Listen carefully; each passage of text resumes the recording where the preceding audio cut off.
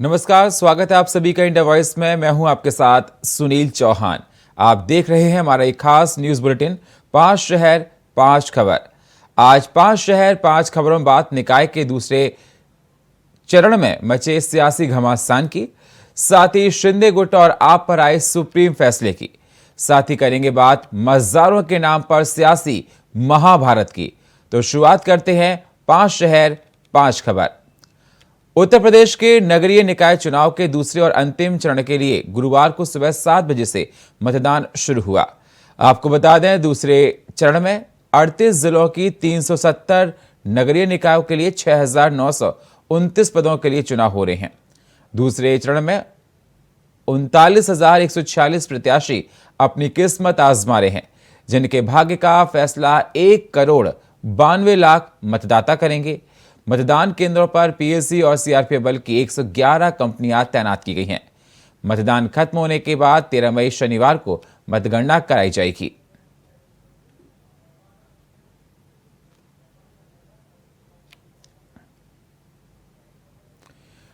तो आपको बता दें, चुनाव को लेकर बिल्कुल सेकंड फेज में लगातार वोटिंग हो रही है। शाम 6 बजे तक मतदान होगा। 5 बज चुके हैं और 6 बजे तक मतदान आप कर सकते हैं।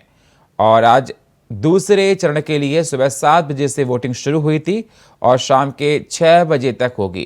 पोलिंग बूथ पर सुरक्षा के पुख्ता इंतजाम किए गए थे। 9 मंडल के 38 जिलों पर मतदान हो रहा है। कई जगह पोलिंग बूथ पर देखा गया कि ईवीएम खराब होने की भी खबर आई थी और बहुत सी बातें निकलकर सामने आई थी। तो आपको बता दें, सेकंड फेज के लेकर आज यूपी में 9 मंडल के 38 जिलों में चुनाव हो रहा है। मतदाता आ रहे हैं, बारी बारी से अपने मत का इस्तेमाल कर रहे हैं।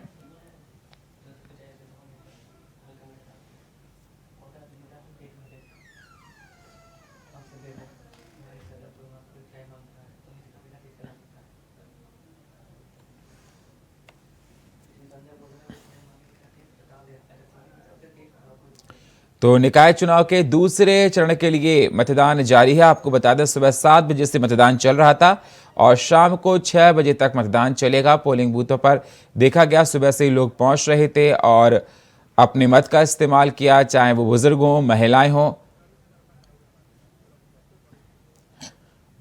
वरुण शर्मा हमारे साथ बुलंदशहर से लाइव है। वरुण, किस प्रकार से वोटिंग परसेंटेज देखा जा रहा है बुलंदशहर में और क्या कुछ अहम जानकारियां हैं? 5 बज चुके हैं, कितने लोग मतदान कर चुके हैं? मतदान प्रतिशत है वो 52.27% मतदान बुलंदशहर में हुआ है। यहाँ 17 नगर पंचायत और नगर पालिका है जहाँ आज मतदान चल रहा है। जो मतदाता है उनका जो उत्साह है वो काफी देखने को मिला है, क्योंकि 52% मतदान 3 बजे तक होना है, तो लगभग 60 से 65% मतदान होने की आशंका बताई जा रही है। आपको सुरक्षा व्यवस्था की बात करें तो बुलंदशहर में डीएमएसपी मतदान स्थल का निरीक्षण कर रहे हैं और आईजी और कमिश्नर ने भी मेरठ से बुलंदशहर पहुंचकर कई मतदान स्थलों का निरीक्षण किया है और संबंधित अधिकारियों को दिशा निर्देश दिए हैं।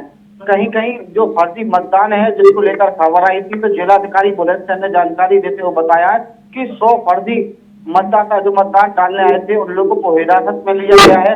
फर्जी पहचान पत्र, आधार कार्ड उनसे बरामद किए गए हैं। फिलहाल उनको थाने भेजा गया है। बाकी फर्जी वोट को लेकर सिकंदराबाद में भी एक सूचना आई थी, पर अब शांतिपूर्ण तरीके से बुलंदशहर में मतदान जारी है। वरुण, जिस प्रकार से देखा जा रहा है कि इस बार महिलाएं बहुत बढ़ चढ़कर हिस्सा ले रही हैं, फर्स्ट टाइम वोटर्स हैं, तो दिन भर किस प्रकार से लोग आए, मतदान करने का तरीका क्या रहा और लोगों ने कौन से मुद्दों के आधार पर मतदान किया? बुलंदशहर की बात करें तो सुबह 7 बजे से बुलंदशहर में मतदान शुरू हो गया था। सुबह के टाइम से युवा और महिला वोट आई, बीच में 12 बजे के बाद कुछ गर्मी होने के कारण मतदान हल्का पड़ा था। अब तो दोबारा से जो मतदाता हैं वो निकलकर मतदान केंद्र पर आ रहे हैं और 6 बजे तक यहाँ मतदान होना है। तो मतदान के लिए युवा, महिला, पुरुष बराबर आ रहे हैं। साथ ही विकास के मुद्दों की बात करें तो जो यहाँ के स्थानीय लोग हैं उनका कहना है कि हम विकास के मुद्दे, सड़क हो, बिजली, पानी, सड़क के मुद्दों को लेकर, हम विकास के मुद्दों को लेकर हम वोट दे रहे हैं कि बुलंदशहर में अच्छा विकास हो और ऐसे प्रत्याशी को हम चुनेंगे। बिल्कुल वरुण, मैं आपसे ये भी जानना चाहता हूं कि अभी पोलिंग बूथ के अंदर लोग हैं क्या, उनको एंट्री मिल रही है? 5 से ज्यादा का वक्त हो चुका है, कितने लोग पोलिंग बूथ के अंदर हैं अभी और क्या लोग आ रहे हैं मतदान करने के लिए? जी, बुलंदशहर में जो मतदान है वो 6 बजे तक मतदान होना है। अभी जो मतदाता हैं अपने घरों से मतदान के लिए अभी आ रहे हैं और करीब 6 बजे तक यहाँ जो भी मतदाता अंदर आ जाएगा उसकी वोट डलवा दी जाएगी। 6 बजे के बाद कोई मतदान बुलंदशहर में नहीं होगा। और सुरक्षा के किस प्रकार के इंतजाम देखे गए पोलिंग बूथ पर आज? जी, बिल्कुल सुरक्षा व्यवस्था की बात करें तो यहाँ स्थानीय प्रशासन और साथ ही साथ सेक्टर मजिस्ट्रेट जो मतदान केंद्र है वहां तैनात किए गए हैं। जो संवेदनशील अति संवेदनशील जो मतदान केंद्र थे वहां बाकायदा सीसीटीवी कैमरे और ड्रोन कैमरे से निगरानी की गई है और आरएफ जो पुलिस बल है वो तैनात की गई। किस किस के बीच में स्ट्रॉन्ग फाइट देखी जा रही है बुलंदशहर में? जी, बुलंदशहर की बात करें तो बुलंदशहर में भाजपा प्रत्याशी दीप्ति मित्तल और सपा प्रत्याशी जो अर्चना पांडे हैं उनकी टक्कर बताई जा रही है। अब देखने वाली बात ये होगी कि 13 तारीख को कौन प्रत्याशी जीतकर मैदान में आता है। हमारे साथ अमित सैनी भी जुड़ चुके हैं मेरठ से। अमित, मेरठ में किस प्रकार से अभी हालात हैं, क्योंकि 5 बजे से ज्यादा का समय हो गया है, 5:05 हो चुके हैं और मतलब बिल्कुल अंतिम चरण में आ गया है मतदान। किस प्रकार से अभी हालात देखे जा रहे हैं? क्या लोग वोट करने के लिए आ रहे हैं और कितने प्रतिशत तक वोट वहां पर हो चुका है? मेरठ में जो मतदान बीच में बात किया दिखाने के बाद थोड़ा डाउन होता था, लेकिन उसके बाद जैसे समय ढलता जा रहा है वोटर जो है वोट मतदान देने अपने यहाँ पे आ रहे हैं। बात की जाए तो अब तक जो है 48% यहाँ पे वोट हो चुका है और जैसे जैसे समय ढलता जा रहा है लोगों की यहाँ पे मतदान करने की जो संख्या बढ़ती जा रही है। शुरुआत में जो है यहाँ पर समस्या भी आई थी कि ईवीएम की मशीन की समस्या आई थी, उसके लिए थोड़ी वोटिंग में दिक्कत आई है। कुछ जगह फर्जी वोटों को लेकर और कुछ जगह कुछ बूथ पर प्रत्याशी आपस में भिड़ गए, जिसको लेकर बीच में जो मतदान रोका गया है। ऐसे कुछ समस्या इस वक्त इस बूथ पे भी है कि जहाँ पे वोटर लिस्ट के नाम पे कुछ गड़बड़ी होने के बाद जो मतदान करने आए हैं उनको वोट देने की जो है परमिशन नहीं दी जा रही है। एक हमारे साथ यहाँ पे महिला मौजूद है, उनसे बात करेंगे। मैम, आप वहाँ पे वोट देना आई है, क्या समस्या है? क्या आपको देख मना कर दे कि वोट नहीं देंगे आप? सर मेरे जो नाम में मिस्टेक है, मेरा नाम एक्चुअली तो सुनीता है, लेकिन उसको सुनीता का रखा है, इसलिए मुझे वोट से जो है वंचित कर दिया गया। अच्छा, उन्होंने बोला सर कि आप सुनीता को सरिता करवा के आओ तभी आपको वोट देना, अदरवाइज नहीं। आपको कुछ और भी चीज मांगी होगी आधार कार्ड के अलावा? हाँ सर, आधार कार्ड दिया है मैंने, लेकिन वो मान नहीं रहे हैं। मैंने बोला है कि यहाँ पर मेरा सरिता है और सुनीता मेरा इस वाले इसमें है, लेकिन वो नहीं मान। एक बड़ा महत्वपूर्ण दिन है, लोग अपने मतदान के लिए समय निकालते हैं, घरों से काम छोड़ के आते हैं, लेकिन जैसे कि आप आए हैं आपको मतदान किसकी होती गलती? ये टाइपिंग में नाम भी ना नाम मिस्टेक तो सर देखा जाए, लेकिन जो मोस्टली है वो क्या है कि वो पीएलओ की गलती से हमें मिस्टेक जो नाम लिखे हैं वो सब मिस्टेक दे रखी है। सब एक तो होता है कि नाम मिस्टेक है, बट ये पूरा ही नाम गलत है। ऐसे ही हमारे घर में बिल्कुल आपको रोकना चाहेंगे अमित जी। अमित जी, आपको रोकना चाहेंगे। वरुण जी आपके पास आएंगे। वरुण जी, किस प्रकार से देखा जाए मैं बुलंदशहर में और क्या जानकारियां निकल कर आ रही हैं, क्योंकि बिल्कुल चुनाव अंतिम चरण में पहुंच चुका है मतदान? जी, बिल्कुल बता दूं कि बुलंदशहर में अब 5 बजे के बाद जो मतदाता हैं अब वो फिर से तेजी से आने लगे हैं, क्योंकि दोपहर में थोड़ी धूप ज्यादा होने के कारण गर्मी हो गई थी और उसकी वजह से मतदाता कम निकल के आए थे। अब 5 बजे हैं, 6 बजे तक यहाँ मतदान होना है, तो लगातार जो मतदाता हैं वो निकल कर आ रहे हैं, मतदान कर रहे हैं। बुलंदशहर में सुरक्षा व्यवस्था के कड़े इंतजाम किए गए हैं। जो मतदान केंद्र है बाकायदा वहाँ सेक्टर मजिस्ट्रेट तैनात किए गए हैं। जो संवेदनशील जो मतदान केंद्र थे वहाँ बाकायदा आरएफ के साथ ही साथ ड्रोन कैमरे सीसीटीवी कैमरे की निगरानी में वहाँ मतदान किया जा रहा है। जी, बहुत बहुत शुक्रिया आप लोगों का हमारे साथ जुड़ने के लिए। दिल्ली में ट्रांसफर पोस्टिंग के अधिकार को लेकर आए सुप्रीम कोर्ट के फैसले के बाद आम आदमी पार्टी बेहद उत्साहित है। इसे लेकर दिल्ली के मुख्यमंत्री अरविंद केजरीवाल ने प्रेस कॉन्फ्रेंस की और उन्होंने दिल्ली की जनता को आज के फैसले के लिए बधाई दी। अरविंद केजरीवाल ने कहा कि बीते 8 साल से दिल्ली की सरकार बिना अधिकारों के काम कर रही थी, लेकिन अब जिम्मेदारी के साथ अधिकार भी मिल गए हैं। दिल्ली के मुख्यमंत्री केजरीवाल ने कहा कि जैसे हमारी सरकार बनी, प्रधानमंत्री ने केंद्र सरकार से एक आदेश पारित कराया। दिल्ली में काम करने वाले सभी अधिकारियों के ट्रांसफर और नौकरी से संबंधित सभी फैसले दिल्ली सरकार के पास नहीं रहेंगे। यानी अगर कोई रिश्वत ले रहा है तो हम उन्हें निलंबित भी नहीं कर सकते। इस आदेश का इस्तेमाल करके दिल्ली में कामों को जबरदस्ती रोका गया।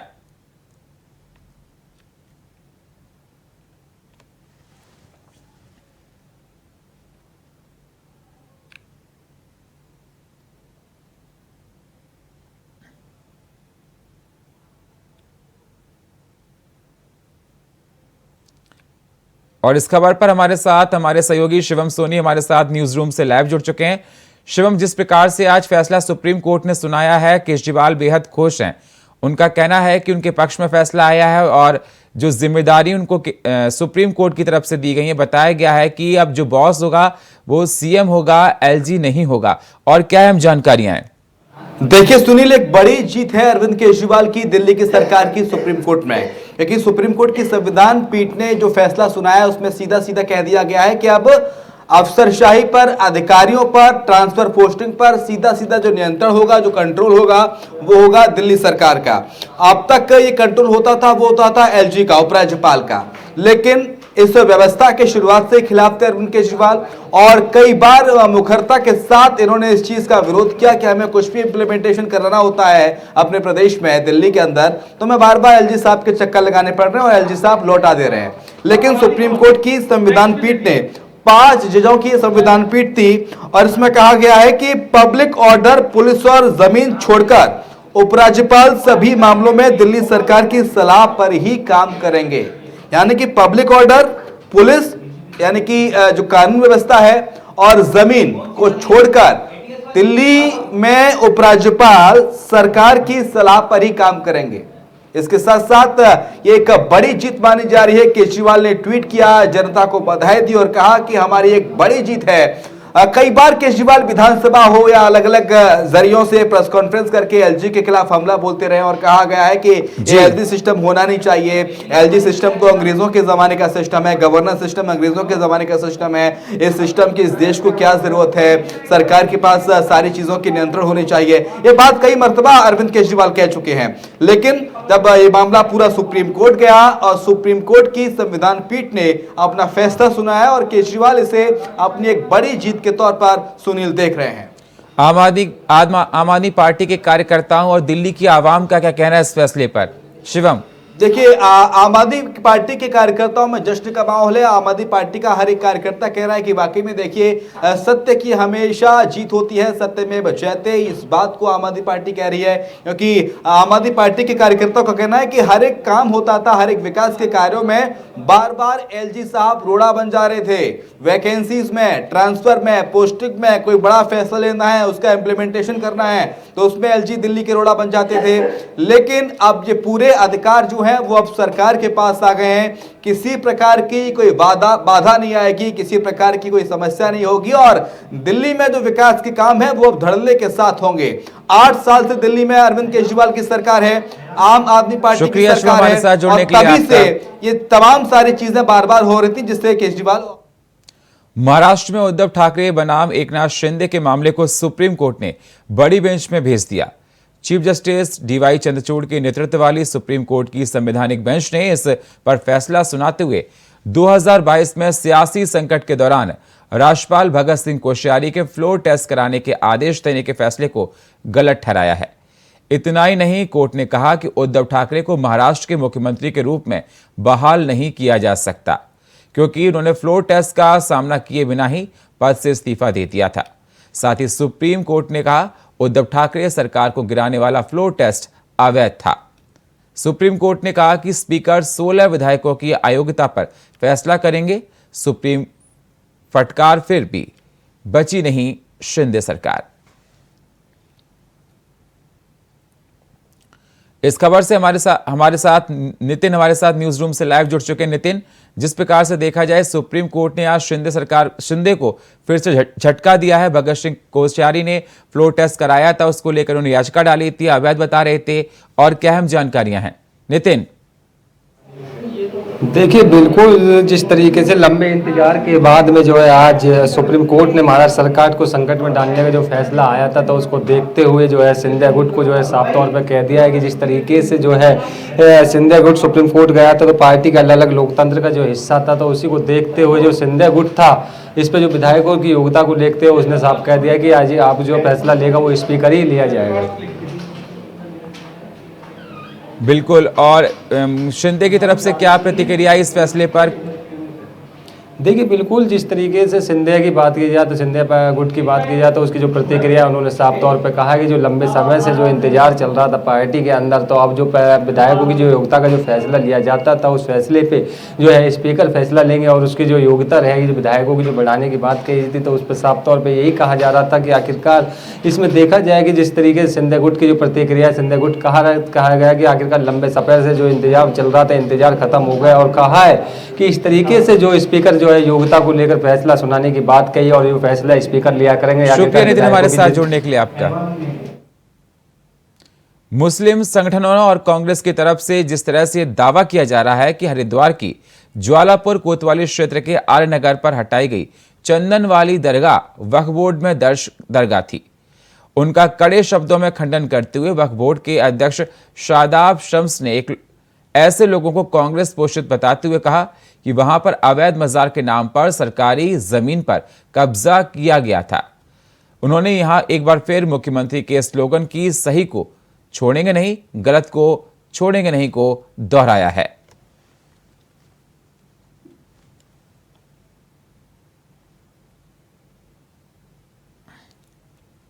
तो आपको बता दें, वक्फ बोर्ड की तरफ से आए हुए फैसले के बाद से तमाम सवाल कांग्रेस पर उठते हुए नजर आ रहे हैं। जिस प्रकार से आपको बता दें, ज्वालापुर कोतवाली क्षेत्र के आर नगर पर हटाई गई चंदन वाली दरगाह वक्फ बोर्ड में दर्ज दरगाह थी, उनका कड़े शब्दों में खंडन करते हुए वक्फ बोर्ड के अध्यक्ष शादाब शम्स ने ऐसे लोगों को कांग्रेस पोषित बताते हुए कहा वहां पर अवैध मजार के नाम पर सरकारी जमीन पर कब्जा किया हुआ था। उन्होंने यहां एक बार फिर मुख्यमंत्री के स्लोगन के सही को छोड़ेंगे नहीं, गलत को छोड़ेंगे नहीं। विकास चौहान हमारे साथ हरिद्वार से लाइव जुड़ चुके हैं। विकास, जिस प्रकार से देखा जाए वक्फ बोर्ड ने कहा कि वो अवैध मजार थी और जो फैसला लिया गया ठीक था, और कहा जो कांग्रेस पोषित लोग थे वो इस प्रकार की बयानबाजी कर रहे थे, क्या कुछ अहम जानकारी है?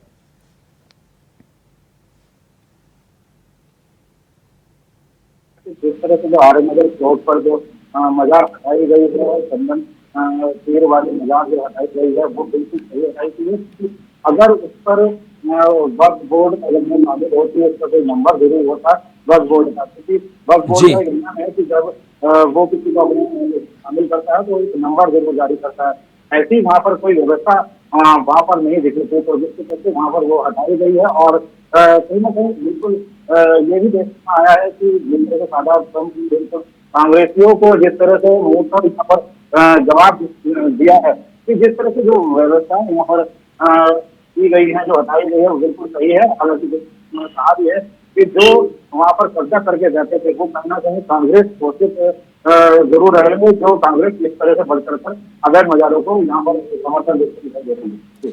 विकास, जिस प्रकार से कांग्रेस ने कहा था कि वो अवैध मजार नहीं थी, मुस्लिम संगठन ने भी कहा था अवैध मजार नहीं थी, लेकिन वक्फ बोर्ड ने जिस प्रकार से बयान दिया उनके, अब कांग्रेस का इस पर क्या कहना है? कांग्रेस के जो विधायक है, 5 विधायकों का डेलीगेशन पूरा जिलाधिकारी से मिला और कुछ मुस्लिम समुदाय के लोगों के साथ, जिसके बाद वो वहाँ हंगामा भी हुआ और उसके बाद पूरी राजनीति पूरे मामले को लेकर हुई और उसकी बात आई कि जो मजार हटते कि वो वक्फ बोर्ड में शामिल थी और उसको नहीं हटाया जाना चाहिए था। लेकिन वहीं अब जो इसके साथ जिस तरह से वक्फ बोर्ड के अध्यक्ष ने खुद की है कि अगर वो शामिल होती तो उसको एक नंबर जरूर जारी किया गया होता, और वो वहाँ पर नहीं दिखाई दिया। और जब छूट गई उसके बाद उनके द्वारा बयानबाजी आना कहीं ना कहीं जो कांग्रेस पोषित जो लोग हैं उनकी कहीं ना कहीं इन्वॉल्वमेंट इसमें दिखाई दी है।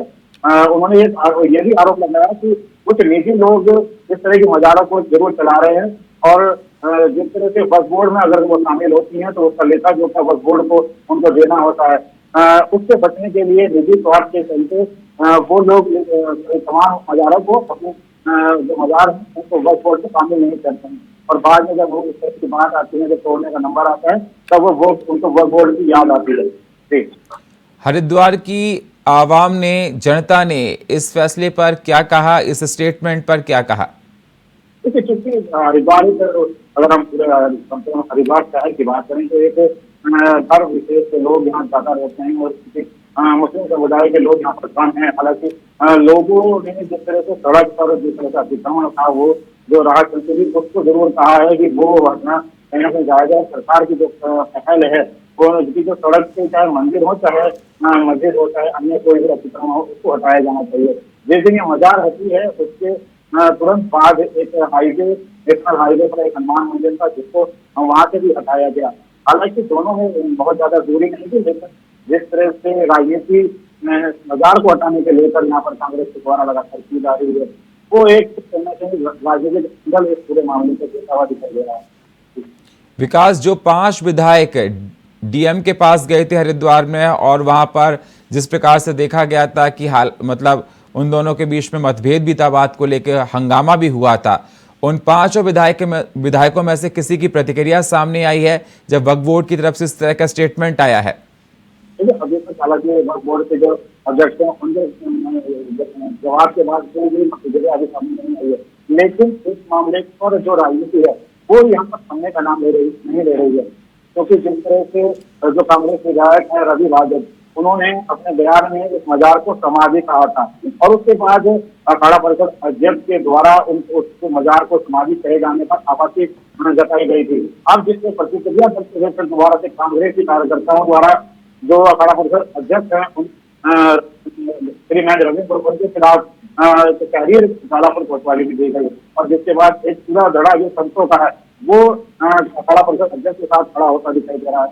तो कहीं ना कहीं आमने सामने की अब जो है कांग्रेस वर्सेज अगर हम अब कहेंगे वो संतों के सामने हो गई है। तो कहीं ना कहीं जो अगर जानकारों की बात करें इससे कहीं ना कहीं कांग्रेस की जो एक और जो छवि है वो और धूमिल होती यहाँ पर दिखाई दे रही है, क्योंकि वो किसी तरह यहाँ पर दिखाई दे रही है।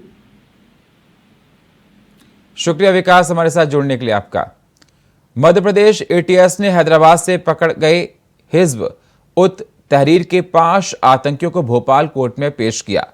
दरअसल आपको बताते चले, एटीएस 5 आतंकियों को लेकर हैदराबाद से भोपाल पहुंची थी, जहां उन्होंने कोर्ट में पेश करेगी और उनको कोर्ट में से रिमांड पर मांगेगी।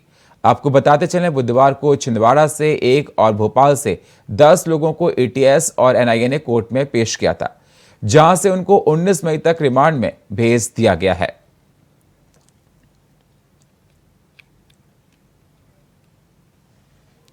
तो आपको बता दें, हैदराबाद से भोपाल पहुंची थी एटीएस 5 आतंकियों को लेकर।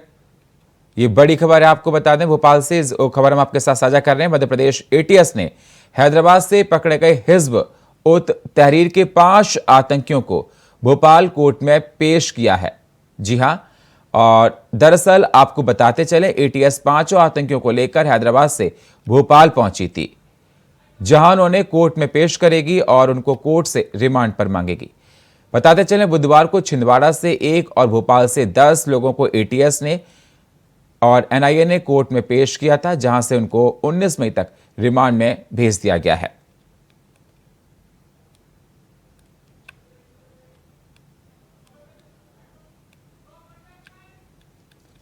तो मध्य प्रदेश एटीएस ने हैदराबाद से पकड़ के गए हिज्ब उत तहरीर के 5 आतंकियों को भोपाल कोर्ट में पेश किया है। दरअसल आपको बताते चलें, एटीएस 5 आतंकियों को लेकर हैदराबाद से भोपाल पहुंची थी, जहां उनको कोर्ट में पेश करेगी और उनको कोर्ट से रिमांड पर मांगेगी। बुधवार को छिंदवाड़ा से 1 और भोपाल से 10 लोगों को एटीएस और एनआईए ने कोर्ट में पेश किया था, जहां से उनको 19 मई तक रिमांड में भेज दिया गया है।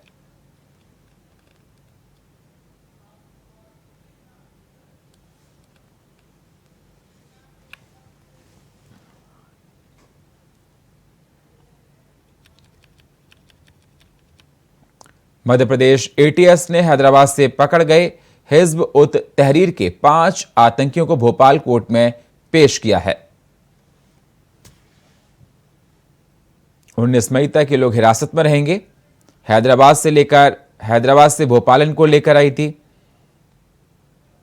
एटीएस जगह जगह छापेमारी कर रही है और लगातार उसके हाथ सफलता मिल रही है।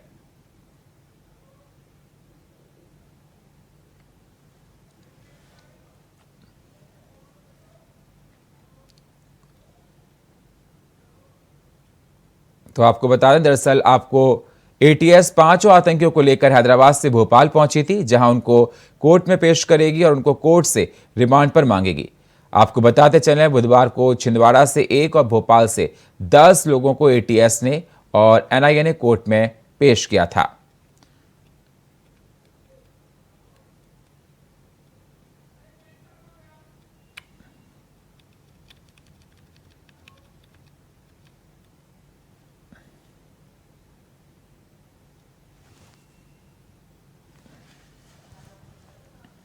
मध्य प्रदेश एटीएस ने हैदराबाद से पकड़ गए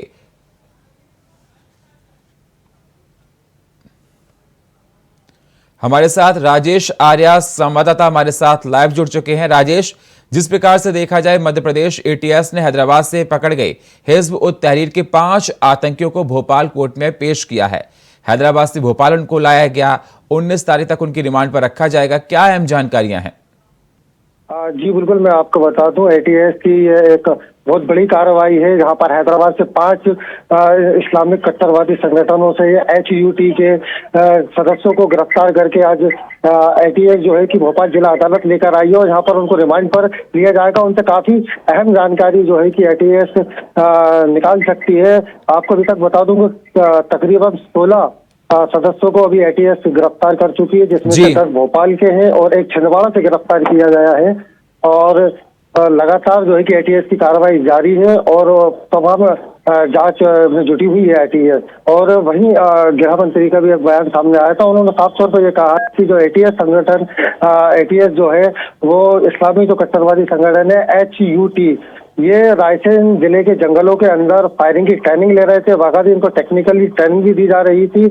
और जो अभी 5 सदस्यों को जो हैदराबाद से अभी जो गिरफ्तार किया गया है, उसमें से एक जो है कि किसी प्राइवेट बैंक के अंदर मैनेजर था, जो बाकायदा वीडियो कॉन्फ्रेंसिंग के जरिए सदस्यों से मीटिंग करता था, उनको जोड़ने का काम करता था, जिस तरीके से सूत्रों से जनाब से अभी तक जानकारी हमको मिली है। शुक्रिया हमारे साथ जुड़ने के लिए राजेश आपका, और ताज़ा अपडेट देने के लिए।